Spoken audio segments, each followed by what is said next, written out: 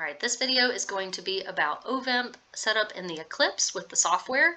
So for this video, make sure when we're doing oVEMP or even cVEMP testing, we want to click down to the correct protocol here. So we're going to click our oVEMP protocol. Some things on this main screen just to look at. If you've looked at any of the other videos, a lot of the information is very similar. We've got our stimulus information here, which just provides all the information about the stimulus that we are running on the patient. We've got all of our intensities here to select from. We've got our ears to choose from, and then once we're recording, you'll be able to see how many sweeps are recorded. Across the top, we've got our EMG monitor. This does not really matter so much for oVEMPs. So this is a monitor of muscle activity, and so this matters a lot more for cVEMP than oVEMP, so I almost completely disregard this for this test. And then off to the right is our EEG monitor.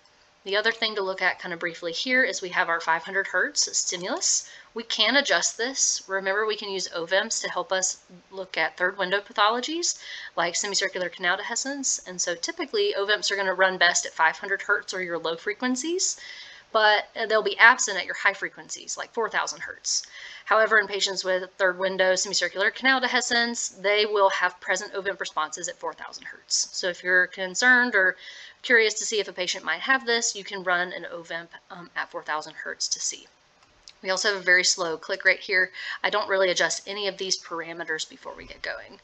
I will say though, we want to make sure we do pi, so protocol, our intensity here is going to be 97, and then we're going to select our ear, which will be the right ear. And so we are ready to run our test.